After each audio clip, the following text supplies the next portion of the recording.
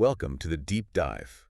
You know that feeling when you're trying to figure out fertility stuff and it just feels, well, completely overwhelming? Oh, Like definitely. you're just drowning in all this conflicting advice, maybe online comments, articles, hmm and it makes you anxious, right? Maybe even blame yourself. Yeah, I hear that a lot. It's totally understandable. There's so much out there, and it's often, well, it's not always clear what actually applies to you. Exactly.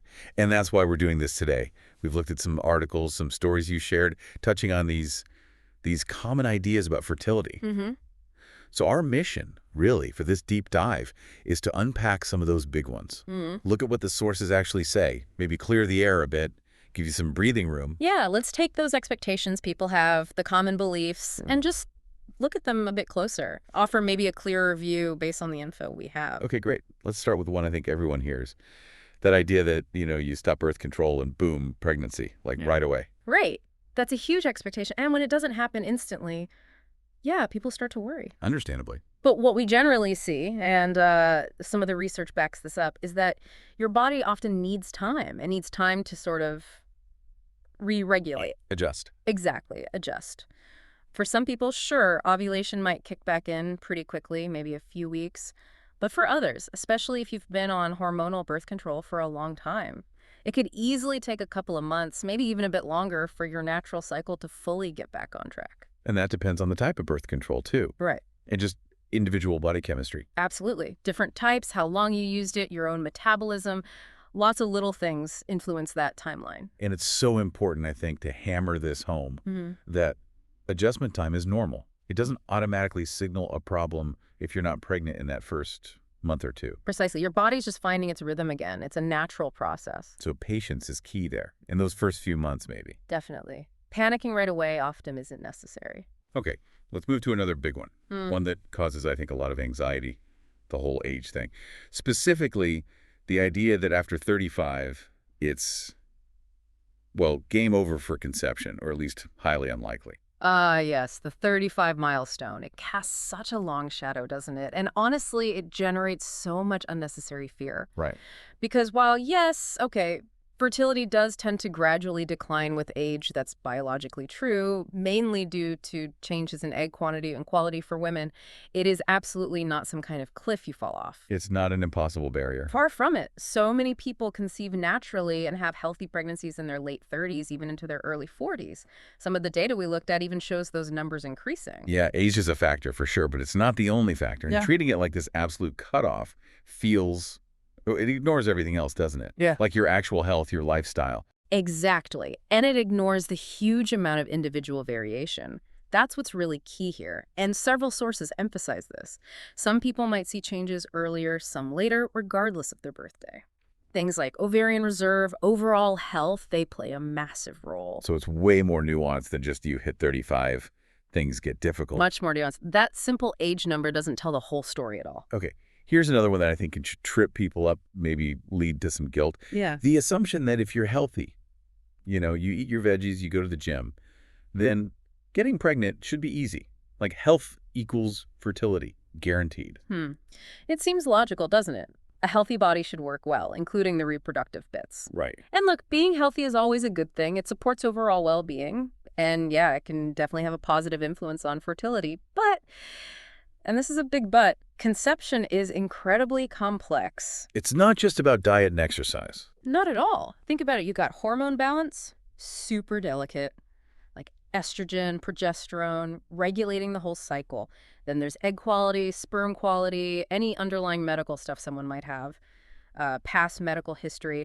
All these pieces have to align. And sometimes they just don't, even if you're doing everything right. Exactly. Sometimes, even when both partners seem perfectly healthy, there can be challenges. Unexplained infertility is a real thing. So living healthy is great, but it's not a free pass to pregnancy.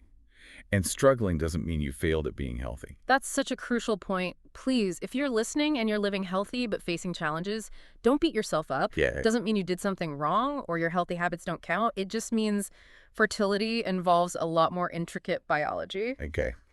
And the last myth we wanted to tackle, this one could be really tough, I think, maybe unexpected for people who already have a child. It's the idea that if you got pregnant easily once, the second or third time should be just as easy. Ah, yes. This brings us to something called secondary infertility. Some of the personal stories you shared really highlighted this. Explain that a bit more. So, secondary infertility is basically when someone struggles to conceive again after they've already had one or more children without any issues previously. That must feel really confusing. Like, it worked before, why not now? Exactly. It can be incredibly jarring, emotionally really difficult, because there's this built-in assumption, right? My body did this before, it should do it again.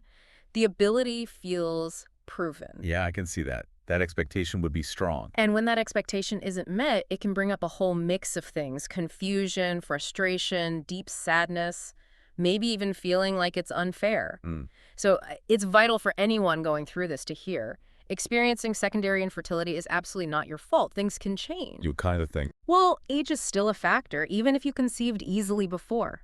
New medical conditions could have developed in either partner. Lifestyle factors might have changed. Sometimes the reasons are different from why someone might experience primary infertility. The body isn't static. So, looking across all these myths we've just busted, what's the big takeaway for you? What really stands out? For me, it's just the sheer individuality of it all, honestly.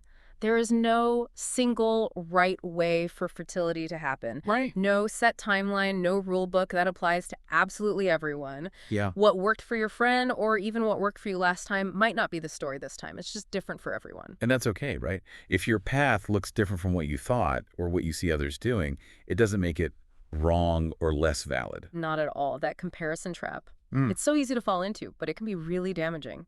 You're often comparing your reality to someone else's highlight reel, you know?